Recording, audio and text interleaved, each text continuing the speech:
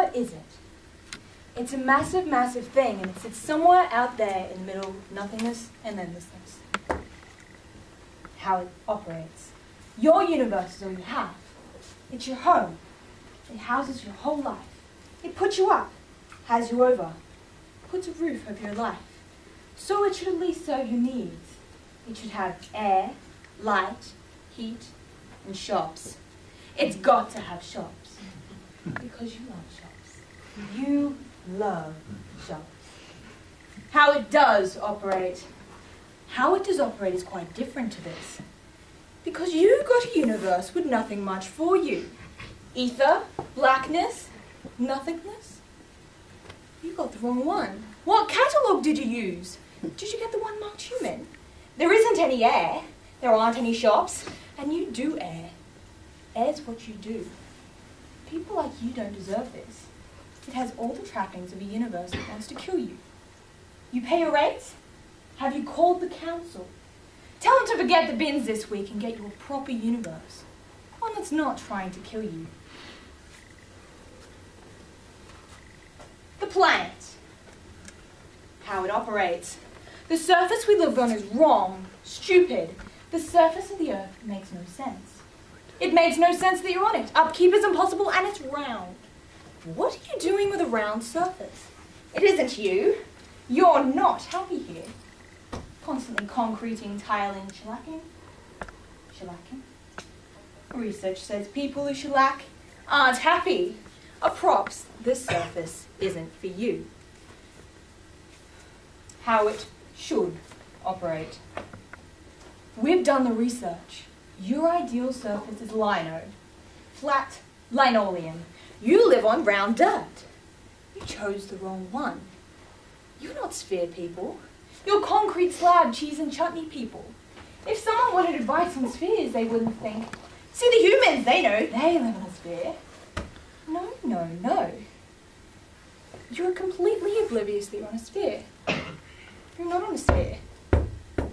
You're in an inner city, 3-bedroom, architecturally designed, colour-bound, better brick, cement finish, corrugated iron butterfly, with roof-lined, north-facing, floor-to-ceiling windows which completely open up like a cafe onto a teak-stained deck. Close to everything, resale, twice what you pay, but you're happy here. If word got out that your house was on a sphere, your resale would fall by 34%. You're not on a sphere. Are you joking? You gotta go to work tomorrow. You couldn't possibly work on a sphere. The whole sphere thing is wasted on you. And you're embarrassed to be on a sphere. And so you should be. It's covered with animals that crap everywhere and want to eat you. It has a water feature that's 40 billion cubic meters too big. Too wet. You have mountains that are so tall. Mountains that have no air at the top. Too tall. Mountains that have no air at the top are malfunctioning mountains. They're broken mountains. So what do you have? A flooding, malfunctioning, biting, crapping planet. And it's killing you. You try speaking to a baby in 80 years, and on average, that baby is dead. Coincidence? So, you're in a sphere in space. You don't really know how you got here, so here's a plan. We'll breed. And it starts badly. Your kids are eating each other. Oh, Billy has a problem with biting. Yeah? Billy's a cannibal, mister. Come on. Research has shown that if you leave 3 babies alone for 4 days, 2 of the babies will link up and eat the 3rd one. Babies form alliances. That's why you don't send babies on polar expeditions. Come on. Here's a tip. If you don't know what you're doing out there in the middle of nothingness and endlessness, get dressed and do not breed. It's not a game, hippie. Don't become parents or teachers. News just in. Good news, not only are you on a sphere in space in nothingness, you've also got the speeding function. That's right, you're doing 100,000 kilometers an hour. That breaks down to 30 kilometers per second. That means you'll be in Launceston in 7 seconds.